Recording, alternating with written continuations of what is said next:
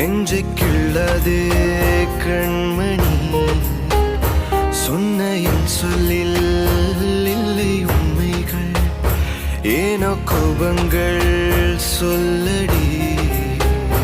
உன்னை தீண்டாமல், உன்னை பார்க்காமல், கொஞ்சி பேசாமல் கண்ணில் தூக்கமில்லை. என்னுள்